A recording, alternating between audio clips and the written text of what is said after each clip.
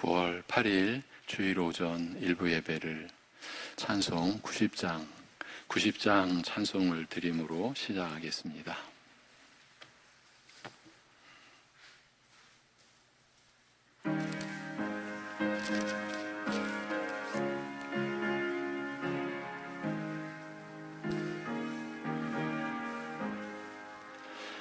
주 예수 내가 알기 전 날 먼저 사랑했네. 그 크신 사랑 나타내 내 영혼 거듭나네. 주 내 맘에 늘 계시고 나 주의 안에 있어. 저 포도비유 같으니 참 좋은 나의 친구. 내 친구 되신 예수님 날 구원하시려고 그 귀한 몸을 버리사 내 죄를 대속했네. 나 주님을 늘 믿으며 그 손을 의지하고 내 몸과 마음을 바쳐서 끝까지 충성하리. 내 신실하신 친구여 큰 은혜 내려주사 날 항상 보호하시고 내 방패 되옵소서. 그 풍성한 참 사랑을 네 능히 끊을 소냐. 날 구원하신 예수는 참 좋은 나의 친구. 아멘. 사도신경으로 우리 함께 신앙 고백 드리겠습니다. 전능하사 천지를 만드신 하나님 아버지를 내가 믿사오며 그 외아들 우리 주 예수 그리스도를 믿사오니 이는 성령으로 잉태하사 동정녀 마리아에게 나시고 본디오 빌라도에게 고난을 받으사 십자가에 못 박혀 죽으시고 장사한 지 사흘 만에 죽은 자 가운데서 다시 살아나시며 하늘에 오르사 전능하신 하나님 우편에 앉아 계시다가 저리로서 산 자와 죽은 자를 심판하러 오시리라. 성령을 믿사오며 거룩한 공회와 성도가 서로 교통하는 것과 죄를 사하여 주시는 것과 몸이 다시 사는 것과 영원히 사는 것을 믿사옵나이다. 아멘.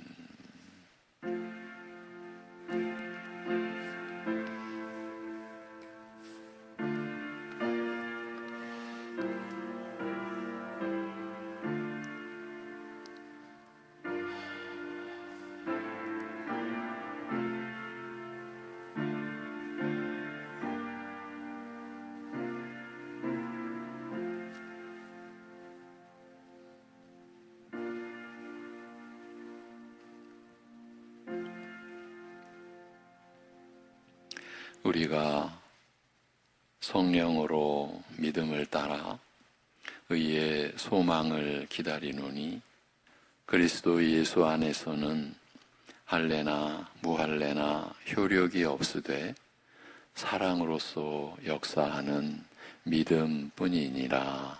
아멘.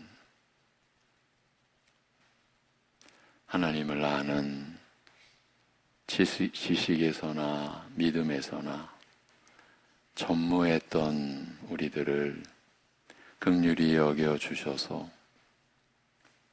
성령을 따라, 성령으로 믿음을 따라 의의 소망을 기다리는 영광된 삶을 살게 하신 아버지 하나님, 그 베푸신 은혜를 의지하여 오직 우리 주 예수 그리스도의 이름만을 붙잡고 이 시간 예배 드리오니, 예배하신 말씀의 은혜를 성령님으로 인하여 우리 안에 증거해 주시고 그 말씀이 역사하는 심령을 체험하는 거룩한 시간이 되게 하여 주시옵소서. 예수 그리스도의 이름으로 기도하옵나이다. 아멘. 일어나셔서 9장 함께 찬송 드리겠습니다.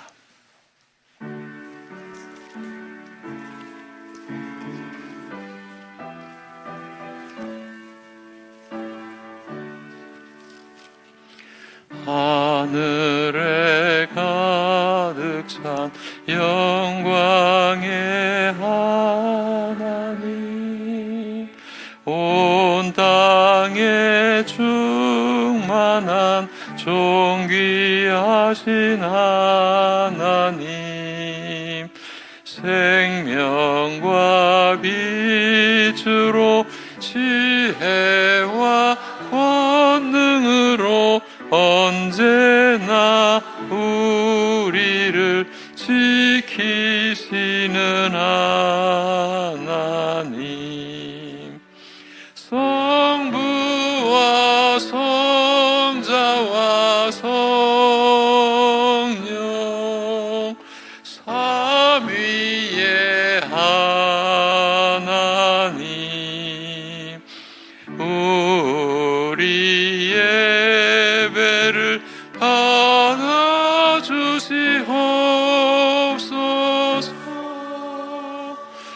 사랑이 넘치는 자비하신 하나님, 은혜가 풍성한 구원의 하나님, 자매의 심령에 평안을 주시옵고 죄악과 허물을 용서하여 주소서. 찬송과 영광과 생명 구원의 하나님, 우리 예배를 받아주시옵소서.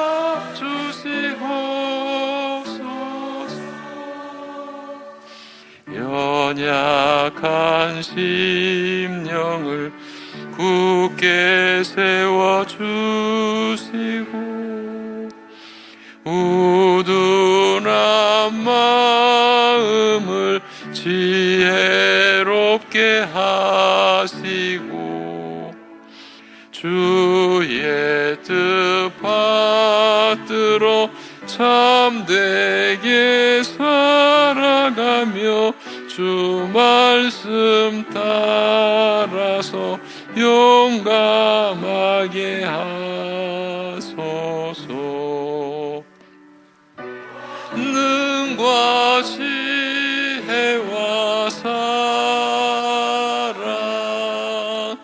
은혜의 하나님,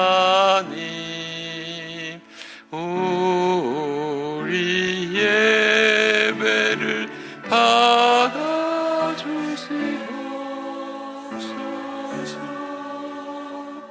주 앞에 나올 때 우리 마음 기쁘고 그 말씀 힘되어 새 힘 희망이 솟는다. 고난도 슬픔도 이기게 하시옵고 영원에 이대어 살아가게 하소서. 우리의 자랑과 기쁨 생명의 하나님, 우리 예배를 받아주시옵소서.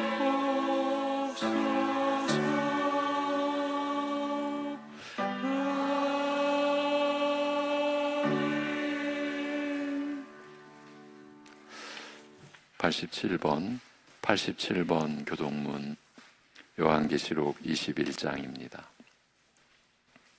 또 내가 새 하늘과 새 땅을 보니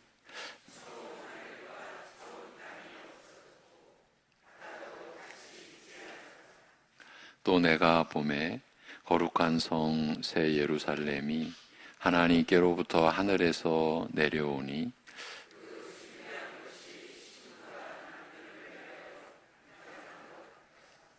내가 들으니 보좌에서 큰 음성이 나서 이르되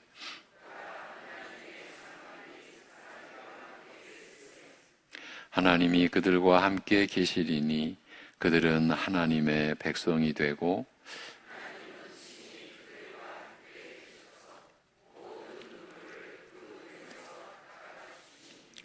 다시는 사망이 없고 애통하는 것이나 곡하는 것이나 아픈 것이 다시 있지 아니하리니 보좌에 앉으신 이가 이르시되 보라 내가 만물을 새롭게 하노라. 아멘.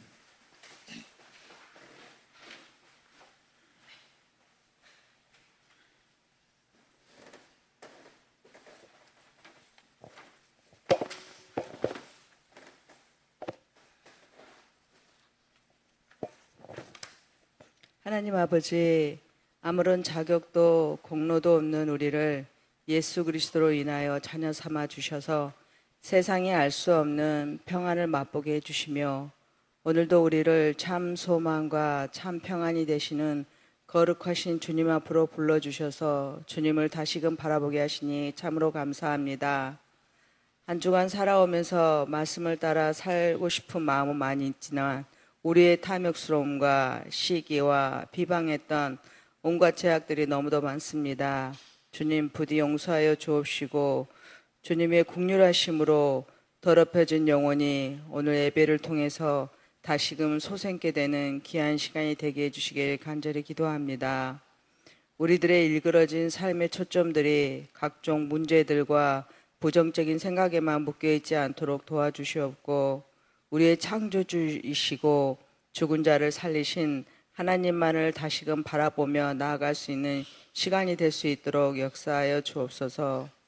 완악하고 이기적인 우리들이 결코 누릴 수 없는 같은 주님을 사랑하고 섬기고 또 거룩한 주일이면 주님의 자녀로서 이렇게 한자리에 모여 예배를 허락하여 주심에 너무도 감사합니다. 오늘 세상 사람들과 구별된 저희들은 하나님의 자녀된 자들입니다. 우리들의 교제가 서로가 서로에게 위로를 주게 해주시고 격려를 받아 더욱 만남을 즐거워하고 기대하는 거룩한 주일이 되게 하여 주옵소서. 하나님 아버지, 다가오는 추석 연휴가 있습니다. 오랜만에 모이는 일가 친척들과 이야기 나눌 때 서로 마음을 열고 듣는 마음이 되게 하여 주시고 믿지 않는 가족들을 섬기는 일이 많이 있습니다. 우리의 마음으로는 감당할 수 없습니다. 오직 주님께서 저희들의 마음에 긍휼함을 부어주셔서 그 시간이 기쁨으로 섬길 수 있는 귀한 시간이 되게 하여 주옵소서. 먼 길 오고 가는 추석 기성길에도 주께서 안전함으로 돌보아 주옵소서. 다시금 시작하는 하반기 구역예배가 있습니다. 거룩한 부담감으로 섬기는 구역장들에게는 담대한 마음과 새 힘과 지혜를 주시옵고 모든 구역원들이 준비하는 마음으로 기도할 수 있게 도와주옵소서.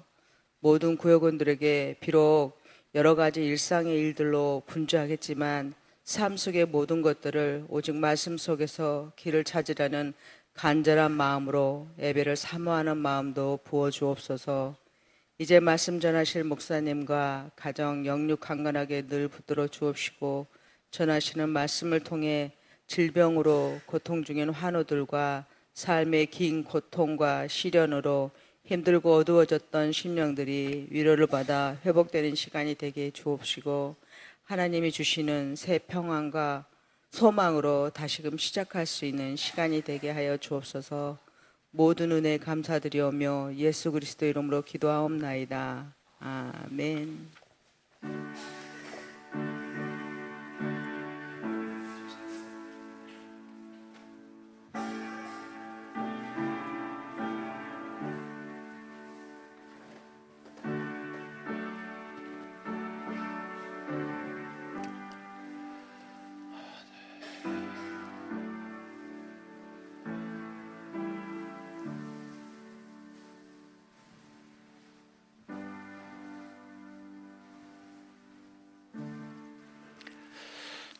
이어지는 찬송은 182장 찬송입니다.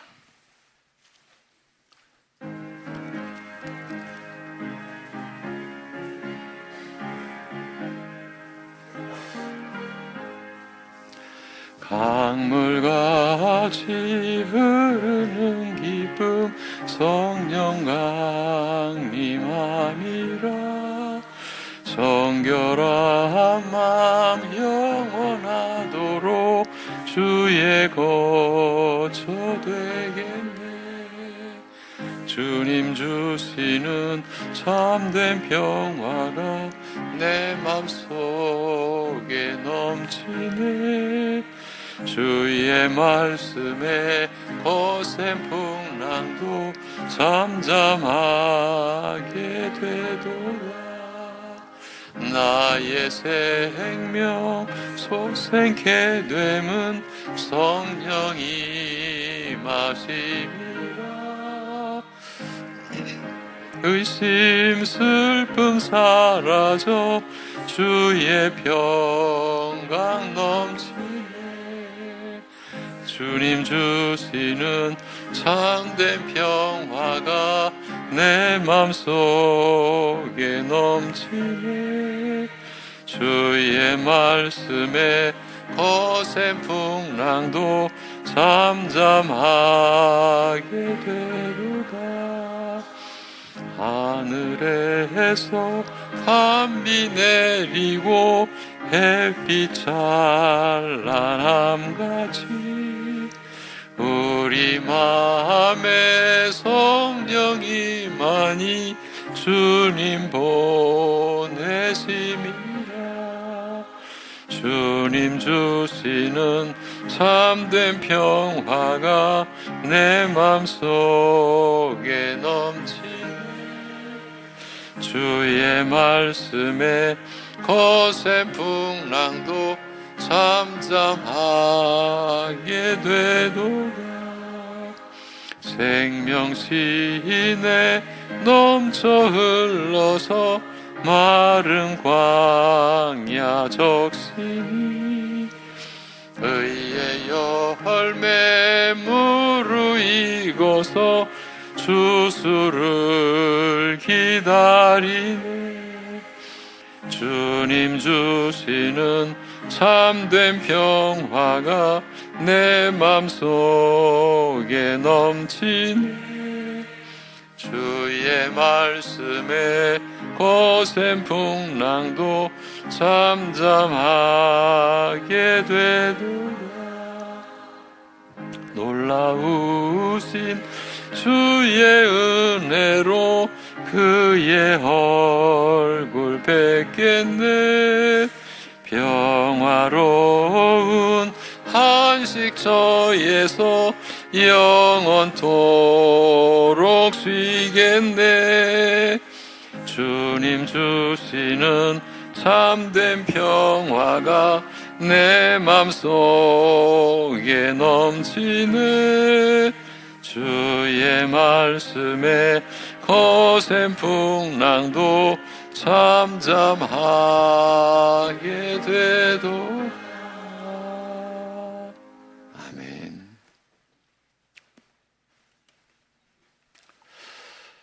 눈에 보이는 땅과 하늘만이 아니라 보이지 않는 영원한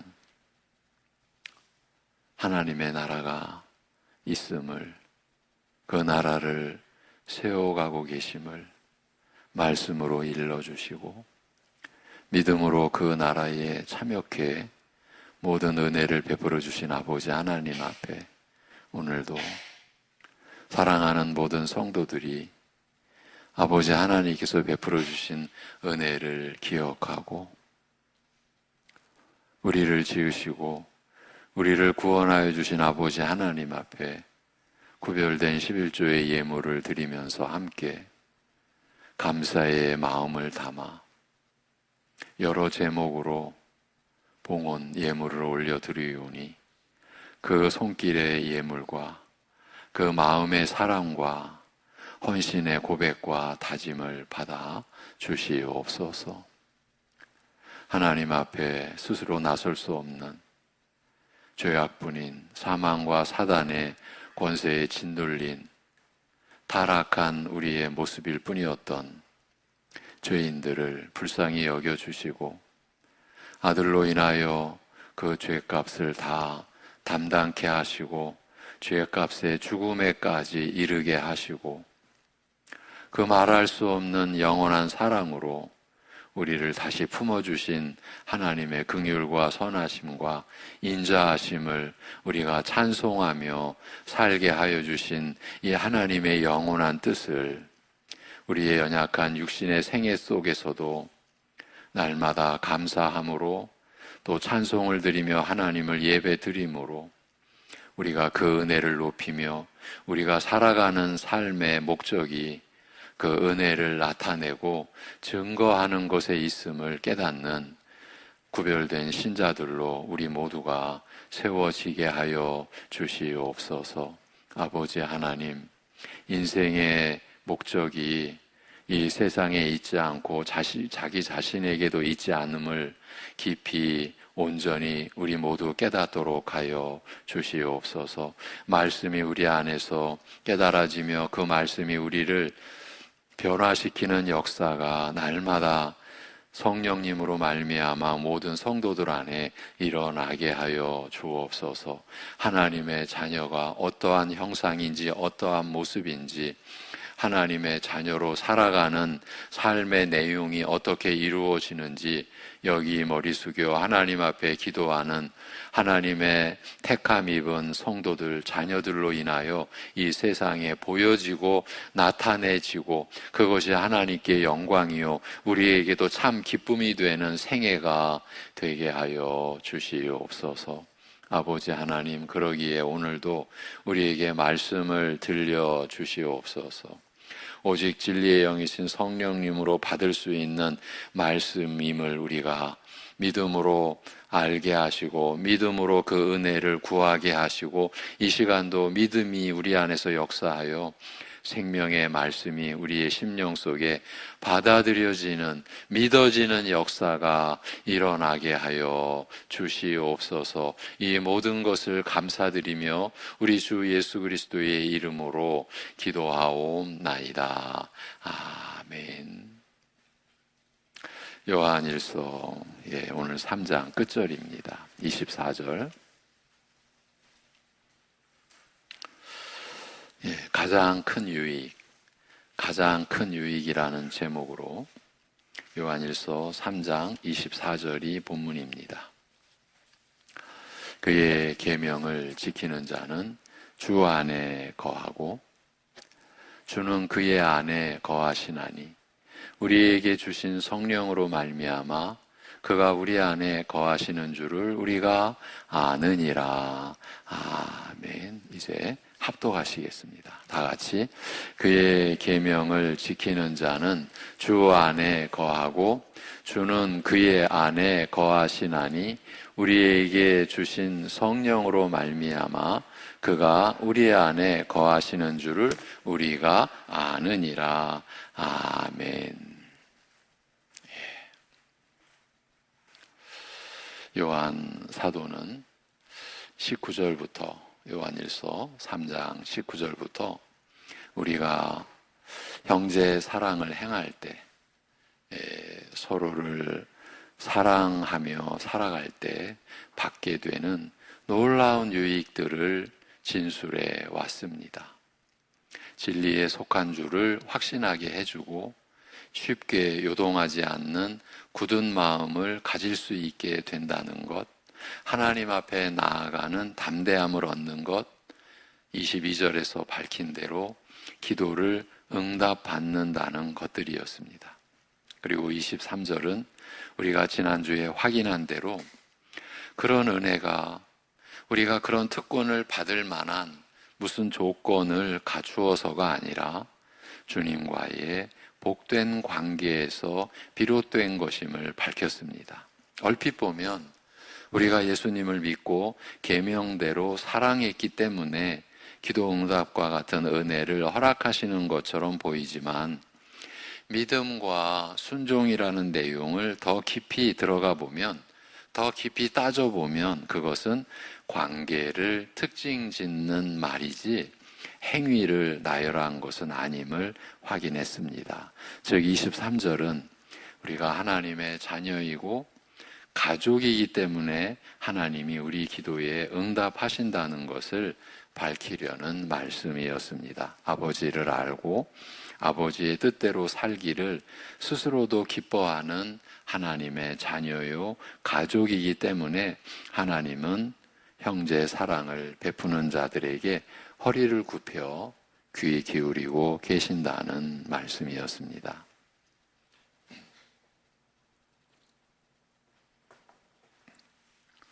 이제 오늘 본문 24절에서 사도 요한은 지금까지 말해왔던 것 중에서 최고의 영광스러운 유익을 소개하고 있습니다. 그래서 오늘 말씀 제목을 가장 큰 유익이라 이렇게 제시해 드렸던 것입니다. 서로를 사랑하는 형제 사랑을 베푸는 자들에게 주어지는 놀라운 유익들 중 가장 복되고 귀한 것이 이것이라. 본문의 말씀입니다. 그게 무엇입니까? 그의 계명을 지키는 자는 주 안에 거하고 주는 그의 안에 거하신다는 점입니다. 23절에서 설명드렸듯이 그의 계명들을 지키는 것은 주께서 우리 안에 거하시는 조건이 아닙니다. 여러분, 하나님의 말씀에서 우리가 받고 깨달은 바는 우리가 먼저 주님께 무엇을 드려 되갚음을 받을 수 있는 것은 없다. 여러분, 이건 절대적인 진리의 내용입니다. 우리가 먼저 주님께 드려서 그 드린 공로나 드린 무엇 때문에 우리가 하나님께로 되갚음을 받는, 무슨 보상을 받는, 대가를 받는, 여러분 그런 일은 없습니다. 여러분 창조주와 피조물의 관계입니다. 그것도 피조물이 얼마나 똑똑했는지 자기가 하나님 된다고 하나님을 대적하기까지 했던 우리들이에요. 우리들이 그 무엇을 하나님께 먼저 드려서 하나님께 되돌림을 받는다? 우리의 의식 안에 그런 게 있어요. 너무 많아요. 안타깝지만 교회 안에서도 우리가 잘못 알고 잘못 전하고 잘못 들어서 그런 생각이 적지 않아요. 씻어내줘야 돼요. 그런 일은 있을 수가 없어요. 지금 그의 계명들을 지키는 것은 주께서 우리 안에 거하시는 조건이 아닙니다. 우리가 조건을 갖췄기 때문에 하나님께서 우리에게 뭘 이루어 주시는 그런 관계가 될 수가 없습니다. 믿음과 계명 순종은 가족임을 입증하는 증거라고 했습니다. 마찬가지로 여기서 그의 계명들을 지키는 자는 주 안에 거하고 주는 그의 안에 거하신다는 말씀은 계명들을 지켜야 주께서 우리 안에 거하는 복을 줄 것이라는 그 의미가 아니고, 계명들을 지키는 것은 자기는 주 안에 거하고 주님은 자기 안에 거하시는 명백한 증거라고 하시는 것입니다. 여기서 주는 하나님을 가리킵니다. 예수님과 본질적으로는 차이가 없지만 흐름상 성부 하나님을 가리킵니다. 성부 하나님께서 그 안에 내주하시고 그도 성부 하나님 안에 거하는 특권이 있다는 것입니다. 이것이 언약의 본질, 내가 너희의 하나님이 되고 너희는 나의 백성이 되리라는 그 말씀과 본질상 같은 내용인 것입니다. 그런 특권이 있는 자들만 참된 형제 사랑을 이루어 간다는 뜻입니다. 즉 형제 사랑은 그가 하나님의 가족이요 자녀일 뿐만 아니라 전적으로 하나님과 하나 되었음을 입증하는 증거이기도 하다라는 것입니다.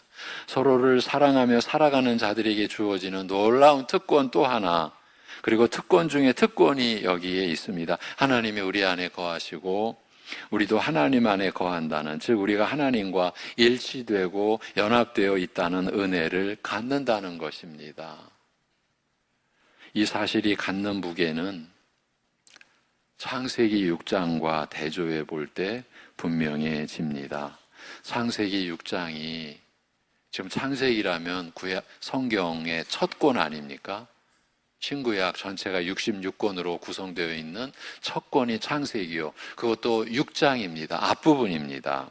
원래 에덴 동산에서 친밀한 교제를 나누고 있던 하나님과 사람이 첫사람의 죄악으로 말미암아 사람이 쫓겨난 뒤에는 더욱 급속도로 타락하고 부패해져 갔습니다. 급기야 노아의 시대에 이르러서는 노아와 그 일가족을 제외하고는 어디에서도 믿음으로 하나님을 인정하는 자들이 없을 정도였습니다. 급속도로 타락한 온 인류를 두고 하나님은 물로 심판하실 것을 의도하였습니다. 그 심판을 앞두고 하나님은 인류에 대한 평가를 이렇게 내리셨습니다. 인류에 대한 평가입니다. 창세기 6장 3절 같이 보시겠습니다. 창세기 6장 3절 중반절까지입니다. 하반절은 제외했습니다. 시작. 여호와께서 이르시되 나의 영이 영원히 사람과 함께하지 아니하리니 이는 그들이 육신이 됨이라. 이렇게 말씀하시고 심판을 내리신 것이에요. 이제 도무지 지켜볼 수 없을 만큼 타락하고 부패했다는 말입니다. 에덴에서 사람이 쫓겨난 후 노아 시절에 완전히 하나님과 함께할 수 없는 지경으로 떨어지고 말았습니다. 사람을 향한 하나님의 분노와 실망이 극에 달했기 때문입니다. 물질적이고 육체만 생각하는 타락한 인간들과는 이제 상종도 않겠노라는 선언이었기 때문입니다. 그 뒤에 이어지는 말씀이 그 점을 입증합니다. 창세기 6장 5절입니다. 창세기 6장 5절 시작. 여호와께서 사람의 죄악이 세상에 가득함과 그의 마음으로 생각하는 모든 계획이 항상 악할 뿐임을 보시고, 사람이 이렇게 되었다는 것이에요. 그것을 보셨기 때문입니다. 사람으로서는 이제 무서운 죽음의 심판밖에 받을 것이 없었습니다. 노아 홍수를 통하여 사람은 하나님이 개입하시지 않고 가만 놔두면 결국 그처럼 무서운 심판을 받을 수밖에 없는 자들임이 확인되었습니다. 하나님을 버린 사람들의 처지가 이러했다라는 것입니다. 가장 높은 산 꼭대기까지 차오른 물속에서 노아의 전도를 받지 아니하고 항상 악할 뿐인 자기들의 생각과 죄악된 길로만 살았던 날들을 후회하며 죽어갔던 당시의 인류가 받았던 심판보다 더 무서운 불의 심판이 이제 모든 인간들을 기다리고 있습니다. 더 고통스러운 심판이요, 더 영원한 심판입니다. 그런데 그랬던 하나님이 언제부터인가 다시 사람들 안에 거하기 시작하셨다는 말입니다. 구약시대에는 은혜를 입은 소수의 몇몇 사람들에게 그 은혜를 허락하셨으나 예수님께서 십자가에 못 박혀 죽으시고 부활하신 후에는, 그가 승천하신 후에는 그가 보내신 성령님을 통하여 하나님은 예수 믿는 모든 사람들 안에 다시 거하시는 일을 시작하였습니다. 그 사람의 과거나 현재의 수준을 평가하시지 않고 다시 영원히 함께 거할 자요, 서로가 서로를 둘이 아닌 하나로 여기는 관계로 연합된 자로서 성도들 안에 임재하셨습니다. 이와 비슷한 말을 사도 요한은 로마서 8장 15절에서 이렇게 말합니다. 로마서 8장 15절입니다. 다 같이 보십니다. 시작. 너희는 다시 무서워하는 종의 영을 받지 아니하고 양자의 영을 받았으므로 우리가 아빠, 아버지라고 부르짖느니라. 아멘. 이 말에서 암시되어 있는 점은 우리 성도들은 마치 돈 끌어다 쓰고 갚지 못하여 온갖 수모와 협박을 당하던 빚쟁이 처지에서 아들의 신분으로, 아들의 입장으로 입양된 것과 같다는 것입니다. 세상에서의 빚쟁이는 채권자를 이리저리 피해 도망 다니기도 하고, 심하면 그 부담감을 이기지 못하여 목숨까지 끊기도 합니다. 우리 주변에서 그와 같은 사례를 드물지 않게 볼 수 있습니다. 세상에서 빚을 진다는 것은 그렇게 무서운 것이고 그만큼 힘들 수밖에 없습니다. 채권자는 채무자에 대해서 당당한 권리를 갖고 있기 때문입니다. 만일 그가 마음만 먹으면 채무자를 감옥에 보낼 수도 있고 그가 가진 남은 것을 압류할 수도 있는 권리가 있기 때문입니다. 그래서 빚을 갚지 못하는 자의 입장에서는 채권자를 두려워할 수밖에 없습니다. 그가 독한 마음을 먹지 않을까 두려워서 그의 비위를 상하지 않으려고 늘 애쓸 수밖에 없습니다. 그것이 세상에서 빚진 자가 채권자에게 갖는 마음입니다. 전에는 하나님과 사람 사이가 이처럼 채권자와 채무자 같았습니다. 그러나 이제 양자가 되어 하나님을 아빠, 아버지라 부르는 사이가 되었습니다. 예전에 번역된 성경에는 아바, 아버지라고 되어 있었죠. 예. 이 아빠는 어린아이가 아버지를 부르는 지극히 친밀한 호칭 아닙니까? 갓난아기가 그냥 무조건적인 신뢰로 아빠라고 부르는 것을 생각해 보십시오. 예. 거기는 어떤 조건도 없습니다. 그냥 무조건적인 신뢰입니다. 예. 아기만 부를 수 있다는 것이 아니라 그만큼 순수하고 무조건적인 신뢰를 가질 수 있다는 것입니다. 하나님과 우리 사이에서. 양자라고만 해도 엄청난 혜택이 아닐 수 없습니다. 부모의 보살핌을 제대로 받지 못할 가정에서 건강한 가정의 양자로 들어와서 그 가정이 갖고 있는 혜택을 같이 누릴 수 있다는 것만 해도 이 너무도 감사한 조건이 아닐 수 없습니다. 그러나 거기에 그치지 않고 아빠, 아버지라 부르는 그런 관계라고 합니다. 지극한 친밀함이 있는 부자 관계라는 것입니다. 양자로 입적되었지만 마음 놓고 아빠라고 부를 수 있는 그런 혜택을 받은 것입니다. 지금 우리 얘기입니다. 신자된 우리에게 일어난 일입니다. 예. 이것만 해도 다른 말이 필요 없을 정도로 큰 변화가 생긴 것입니다. 그런데 오늘 본문에서 사도 요한이 말하는 것은 사실 그보다 더 크고 본질적인 은혜입니다. 하나님이 우리 안에 거하시며 우리도 하나님 안에 거한다는 것입니다. 지금 이런 표기는 사도 요한이 요한복음 15장에서 지금 몇 시간 뒤에 십자가에 못 박히실 예수님께서 사랑하는 제자들과 마지막 6월절 만찬을 드시면서 거기서 성례를, 성찬식을 제정하기도 하셨고, 지금 거기서 하신 말씀 중에 하나가 포도나무와 가지의 비유 아닙니까? 아버지는 농부이시고 나는 포도나무요 너희는 가지라. 이건 떨어질 수 없는 관계입니다. 이 떨어질 수 없는 관계를 어떻게 표현하셨냐면 내가 너희 안에 너희가 내 안에.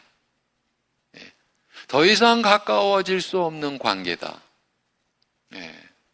우리 교회에서 죄송하지만 딱 한 번 정교인 수련회가 있었습니다. 그때 본문이었습니다. 그리고 그 주제가 더 이상 가까워질 수 없는 관계. 이게 주님과 우리와의 관계입니다. 주님이 말씀하신 것입니다. 너희가 내 안에, 내가 너희 안에. 지금 그 얘기입니다. 하나님이 우리 안에 거하시며 우리도 하나님의 안에 거한다는 것입니다.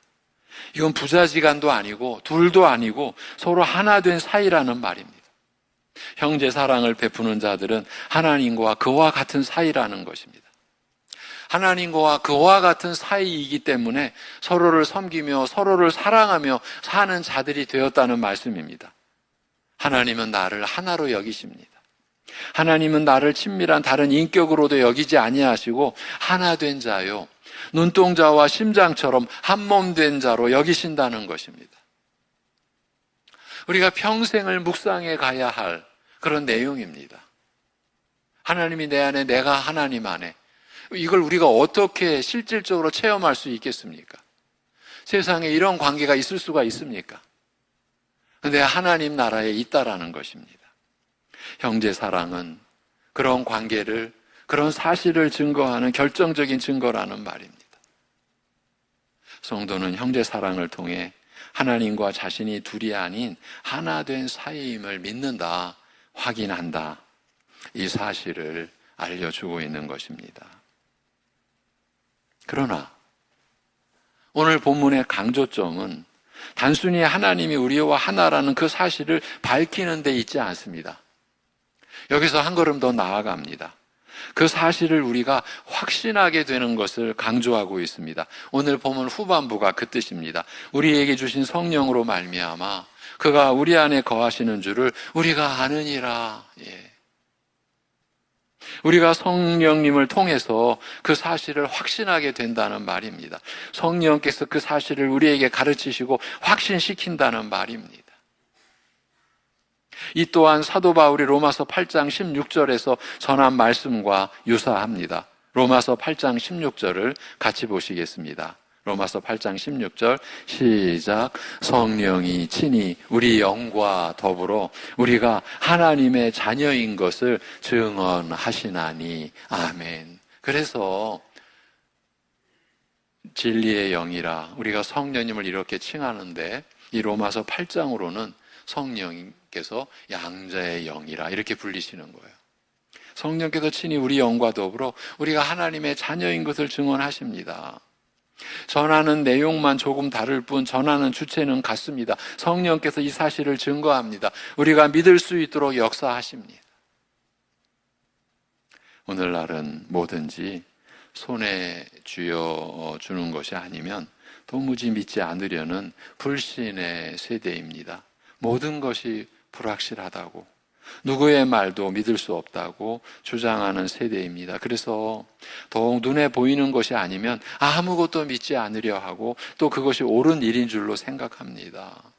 물론 무언가를 믿어야 할 때는 증거가 필요한 것이 당연합니다. 그러나 증거가 보이는 것에만 있는 것이라고 생각하는 것은 어리석은 생각입니다.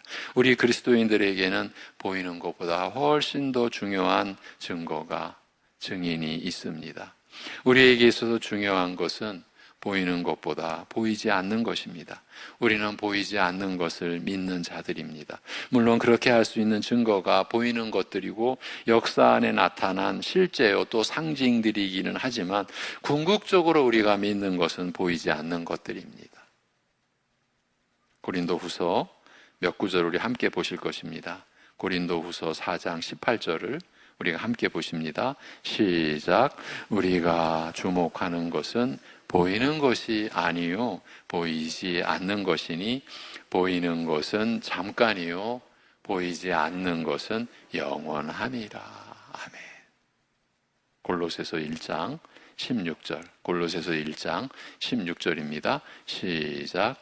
만물이 그에게서 창조되되 하늘과 땅에서 보이는 것들과 보이지 않는 것들과 혹은 왕권들이나 주권들이나 통치자들이나 권세들이나 만물이 다 그로 말미암고 그를 위하여 창조되었고 아멘. 또 한 구절 보십니다. 로마서 8장 24절입니다. 로마서 8장 24절 시작. 우리가 소망으로 구원을 얻었음에 보이는 소망이 아니니 보는 것을 누가 바라리요. 아멘. 이런 말씀들처럼 신자된 우리는 보이지 않는 것에 더 큰 무게와 소망을 두고 사는 자들입니다. 하나님이 세상을 창조하실 때 보이는 만물뿐만 아니라 그 전에 이미 보이지 않는 영적 세상을 창조하셨음을 믿는 자들이 여러분들이십니다. 우리는 보이지 않는 것이 영원하다라는 것을 믿는 자들이에요. 그런 우리에게 보이지 않으시는 성령께서 확신을 주십니다. 믿음을 주시고 믿음을 더하는 확신을 주십니다. 무엇에 대해서냐 하면 하나님과 내가 하나라는 점에 대해서 알게 하시고 믿게 하십니다. 하나님이 우리에게 어떤 분이시며 얼마나 가까운 분이시며 얼마나 돈독한 사이인지를 확신시키십니다. 그 확신이 성령에 의해 생겨납니다. 하나님과의 인격적인 관계나 그분 앞에서 지속적인 확신을 갖는 것이 성령에 의해 은혜의 선물로서 중재된다는 것입니다. 우리가 사랑을 베풀었다고 해서 그것이 하나님과 하나 된 증거라고 성경에 써 있다고 해서 우리에게 믿어지는 것이 아닙니다. 그것을 알고 믿는 일에는 성령의 개입이 중간에 있어야만 합니다. 한 사람이 자기가 하나님과 떨어질 수 없는 하나 된 사이라는 사실을 확신할 수 있도록 성령님이 직접적으로 증거하십니다. 하나님이 형제 사랑을 통해 베푸는 자들에게 허락하시는 가장 복된 일이 이것입니다. 성령을 통하여 그가 하나님께 어떤 존재이며 하나님과 어떤 관계인지를 확신하게 된다는 것입니다. 사랑을 베풀수록 우리는 우리가 채무자가 아니고 하나님의 자녀이며 더 나아가 하나님과 둘로 나눠지지 않는 하나 된 신분임을 더 깊이 깨닫게 된다는 것입니다. 에덴 동산에서 아담이 받았던 저주, 노아 홍수 때 인류가 받았던 심판을 받아야 할 내가 하늘 영광을 상속받을 자요, 더 나아가 하나님과 영원히 한 이름으로 불려지는 그 특권을 받은 자임을 확신하게 된다는 것입니다. 형제 사랑을 통해서. 그런데 그 안에는 성령의 개입하심이 있다.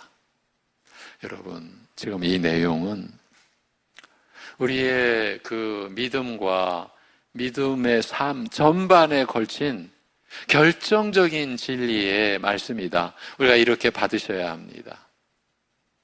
제가 다음 주 이제 학예 휴가 기간인데 이사를 합니다.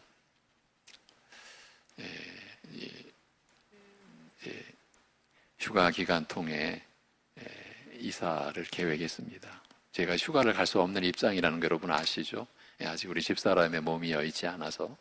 그래서 이사를 하는데 책을 좀 많이 처분을 했습니다. 우리 아이의 협조를 받아서 누군가에게 그냥 주기도 하고 팔 수 있는 책은 또 팔아보려고도 하고, 그런데 그 중에 버린 책이 있습니다. 버린 책들. 여러분은 보시면 안 될 책들. 보시면 안 됩니다. 그런 책들은. 제가 성도님 댁에 신방 갔을 때 책장에 꽂혀있는 책들 중에 이건 여기 있으면 안 됩니다. 물론 보시지 않았겠지만 성도님의 자녀가 이런 책을 봤을 때 영혼이 멸망할 수 있습니다. 그런 책들이 있어요. 그런 책들 중에 하나가 제가 어제 우리 아이와 함께 얘기하면서 버린 책들 중에 하나가 말씀을 자기가 깨닫는다. 무서운 이야기입니다. 그래서 그 책의 이름이, 책 이름이 얘기해 주면 안 되는데. 여러분 궁금하셔서 보실까봐. 절대 보시면 안 됩니다. 빨려 들어갑니다. 빨려 들어가게 하는 미혹의 영이 역사합니다. 사람이 이런 거야? 사람이 하나님을 스스로가 알 수 있는 거야? 깨달을 수 있는 거야?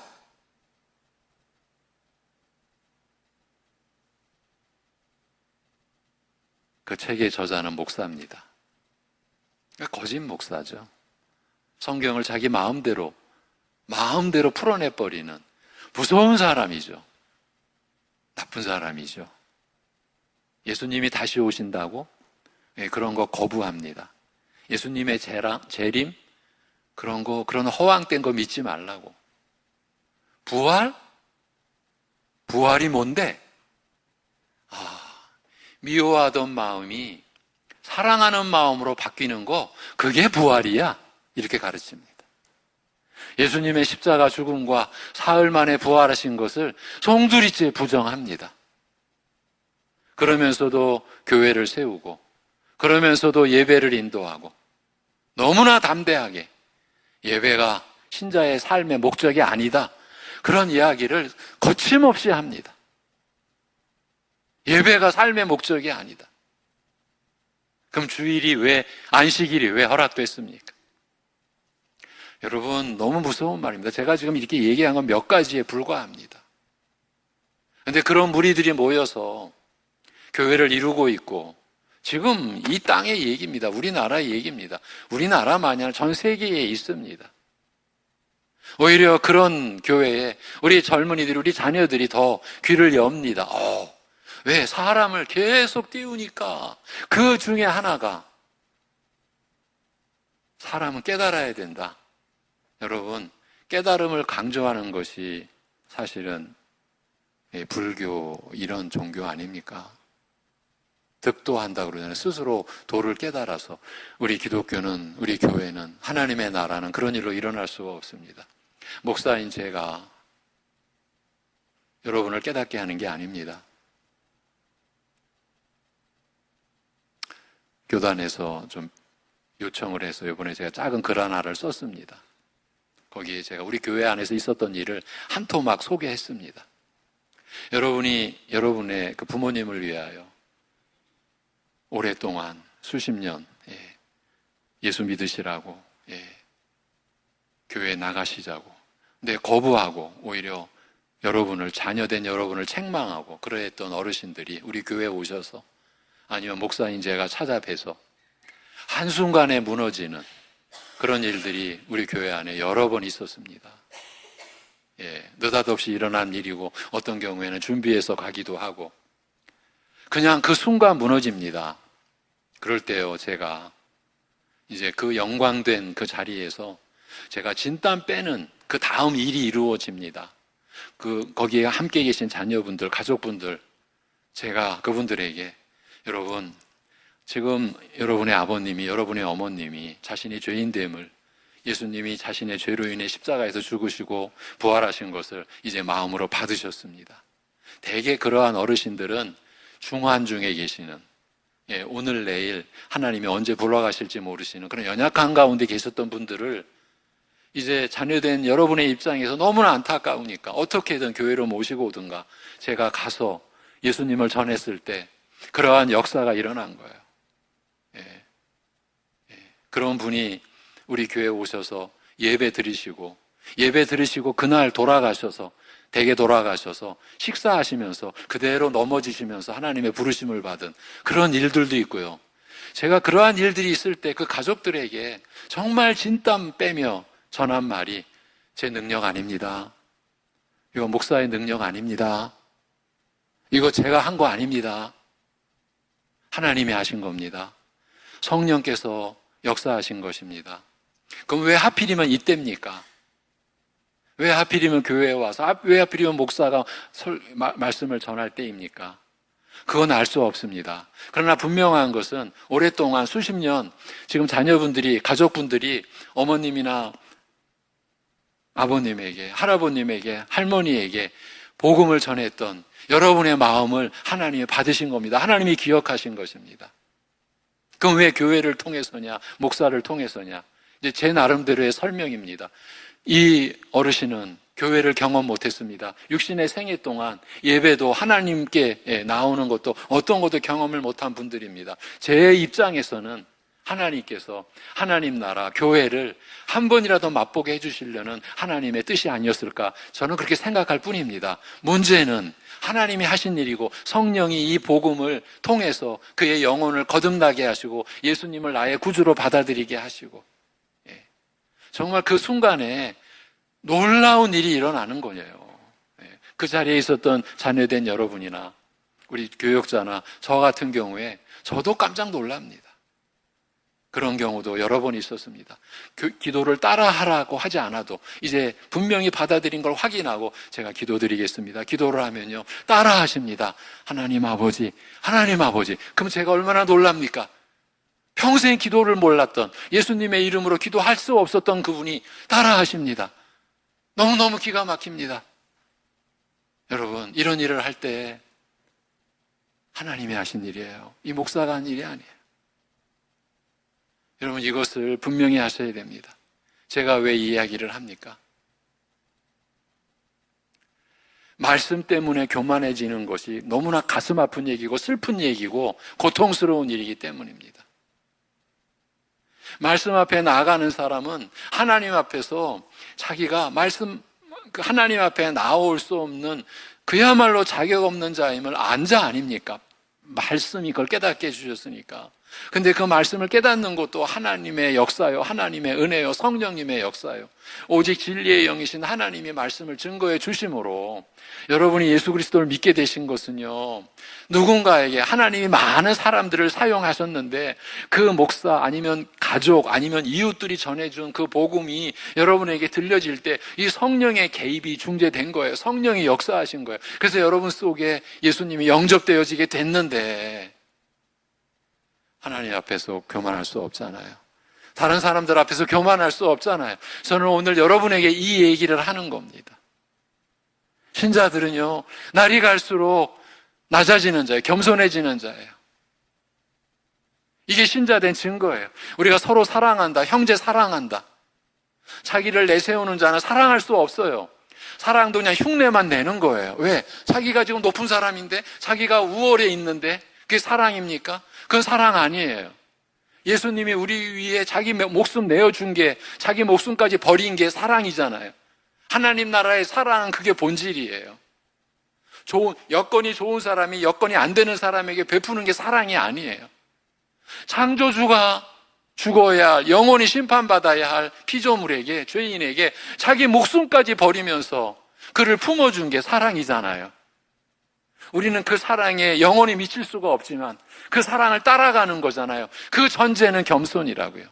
근데 겸손의 기초는 내가 말씀을 아는 것이, 내가 예수님을 믿은 것이 내 힘이 아니다, 내 지혜가 아니다, 성령님의 역사다, 하나님의 역사다. 말씀을 붙잡고 살자고 그렇게 외치는,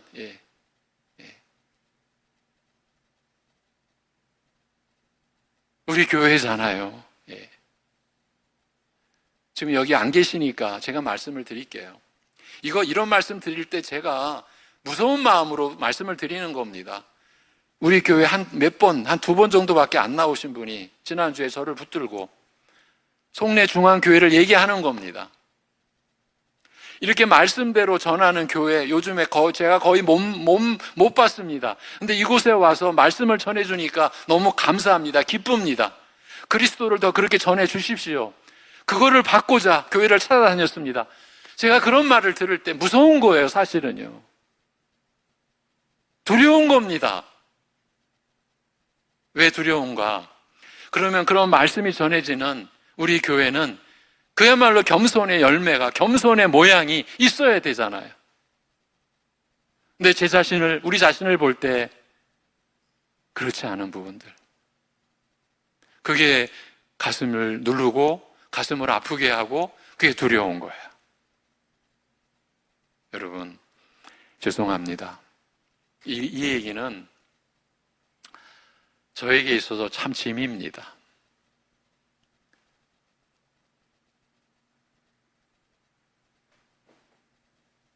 말씀을 깨달을수록 우리는 하나님이 나에게 선물을 주셨구나. 내가 받을 수 없는 은혜를 나에게 베풀어 주셨구나. 그 얘기는 그걸 받지 못한 사람들 앞에 가서 나를 드러내라. 내가 잘난 사람이라는 것을 나타내라. 자랑해라. 권위 세워라. 그게 아닙니다. 오히려 더 밑으로 내려가라. 오히려 더 머리를 숙이라. 고개를 숙이라. 마음을 숙여라. 그게 하나님 말씀입니다. 외적으로 누가 그렇게 이 교회는 말씀을 전하는 교회입니다. 그렇게 평가해줘도 저는 그게 두려운 겁니다. 왜? 그렇게 말씀을 전한 그 열매, 말씀의 열매. 그건요, 주님의 온유함과 겸손함을 담는 것으로 나타나게 되어 있는 거고요. 요한 1서의 말씀으로 보면은 그게 서로 사랑하라는 형제 사랑으로 우리에게 나온 거예요. 그런데 말씀을 자기가 먼저 깨달았다고 자기를 내세운다? 그건요, 오히려 우리의 그 믿음에 대한 스스로가 배신하는 거야. 제가 성함도 모르는 한 성도님의 얘기나 우리 교회에서 수차례 일어났던 극적인 인생 반전이죠. 그야말로 하나님 부르시기 직전에 예수님을 영접했던 우리의 어르신들, 지금 천국에 입성해 계신 그 분들의 극적인 이야기를 제가 꺼낸 것은 하나님이 하신 일이다라는 것을 증거하기 위함. 그리고 그 일에 쓰임받은 목사인 나로서도 절대 제가 했습니다. 그게 무서운 거예요. 그냥 하나님께 쓰임받은 그 자체가 그저 감사할 뿐인 거예요.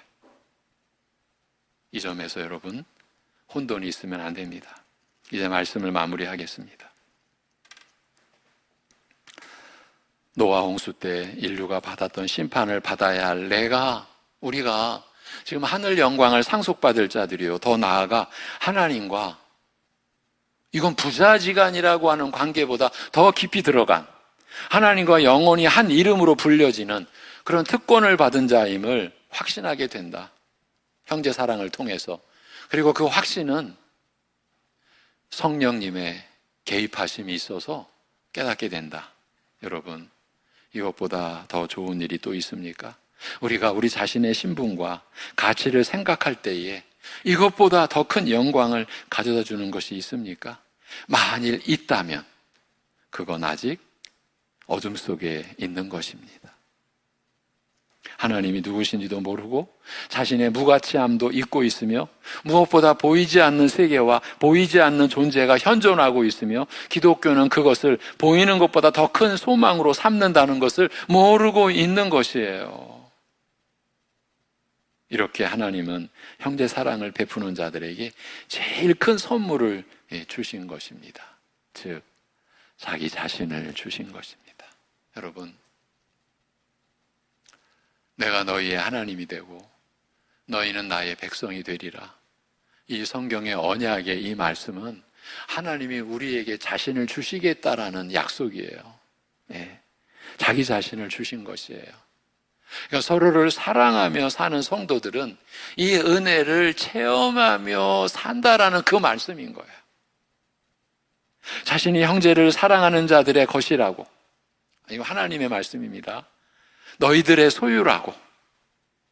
그런 자들과 하나 된 것을 기뻐하신다고 지금 말씀하신 것입니다. 그러니 우리는 형제를 사랑하면서 동시에 성령께서 말씀 안에서 우리에게 주시는 음성을 들을 준비를 항상 해야 하겠습니다. 다시 말씀드립니다. 성령의 음성을 들을 준비를 하라고 제가 말씀드린 게 아닙니다. 성령께서 기록된 이 말씀 안에서 우리에게 주시는 음성을 들을 준비를 항상 해야 하겠습니다. 내가 하는 일과 내가 당하는 일에만 모든 마음을 쏟지 말고 성령께서 우리 안에 주시고자 하는 은혜에 대해서도 마음의 귀를 열어놓고 경청하는 자세를 가져야 하겠습니다. 밖으로 돌아다니더라 마음 안에서 일어나는 은혜의 역사를 놓쳐서는 안 됩니다. 그래서 여러분에게 하나님께서 기도의 길을, 빌길을 열어주시고, 여러분 우리가 하나님 앞에서 기도할 수 있는 길이 어떻게 열렸습니까? 아들의 몸이 찢어지면서 열린 거예요. 아들의 몸을 죽여서 우리로 하여금 기도하는 길을 열어주셨어요. 여러분, 단순히 신앙의 어떤 행위로서의 기도가 아니라 이제 그 차원을 넘어서서 신자된 하나님을 아버지라 부르는 신자된 하나님의 자녀된 나로서 하나님과 교통하는 기도를 누리시는 기쁨과 은혜가 여러분의 삶 속에서 더 풍성해지고 더 깊어지기를 진심으로 기원합니다. 그 삶 속에서 하나님을 경험하시라는 겁니다. 기록된 말씀을 통해서 성령께서 여러분 안에 들려주시는 하나님의 음성을 들을 수 있는 삶이 되시라는 거죠. 더 풍성히 그 음성을 들으면서 우리에게 주신 계명대로 내가 가진 물 한 컵부터 목숨에 이르기까지 형제를 사랑하기를 계속해 나가기를 힘쓰는 우리가 되어야 하겠습니다. 그것을 하나님이 바라셔서 이 서신을 우리에게 들려주시기 때문입니다. 하나님 아버지, 이러한 말씀을 우리에게 들려주셔서 감사합니다. 아버지 하나님, 우리가 하나님 앞에서 뭔가를 스스로 해냈다라고 하는 생각, 그게 얼마나 무서운 생각이라는 것을 깨닫는 은혜가 우리에게 일어나게 하여 주옵소서. 이 영원한 하나님 나라인, 영생의 나라인 교회 안에서 우리가 뭘 얻었다, 뭘 했다, 뭘 깨달았다 하는 것은 전적인 하나님의 은혜고 성령께서 기록된 말씀 안에서 우리에게 베풀어 주신 은혜요. 우리가 주 예수 그리스도의 십자가에 못 박히심과 다시 살아나심과 만유의 왕으로 자정하셔서 우리에게 성령을 보내주신 이 모든 일의 깨달음과 믿음이 내 것이 아님을, 내가 한 것이 아님을, 그렇게 되면은 내 믿음은 가짜라는 것을, 내 믿음은 거짓이라는 것을 깨닫는 은혜가 우리 안에 일어날 수 있게 도와주시옵소서. 그래서 우리가 하나님을 예배하며 살수록 더 겸손해지고 더 낮아지고, 그래서 서로를 섬기는, 서로를 사랑하는, 목숨까지 주면서 사랑해도 자기를 자랑할 수 있는 그런 근본이 우리에게는 있을 수 없음을 깨닫는 은혜가 우리 안에 일어날 수 있게 하여 주시옵소서. 아버지 하나님, 말씀을 사랑하는 교회라는 소문이 진실로 그 말씀의 열매인 성령의 열매가 우리 안에 성품으로 나타나는 그러한 교회 되게 하여 주시옵소서.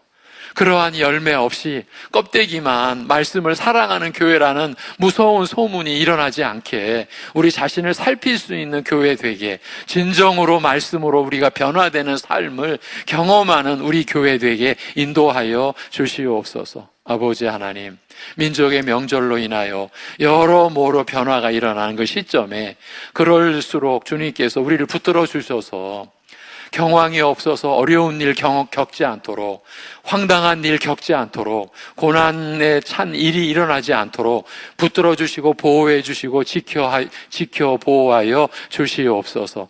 이럴 때일수록 더 연약하고 어려움에 처해 있는 우리 가족과 성도들, 더 힘들고 더 쓰라리고 더 상처받을 수 있는 이러한 시기에 주님의 위로, 주님의 함께 하시는 사랑을 더 체험할 수 있는 그런 은혜가 임하는 절기가 되도록 역사하여 주시옵소서. 이 모든 것을 감사드리며 우리 주 예수 그리스도의 이름으로 기도하옵나이다. 아멘.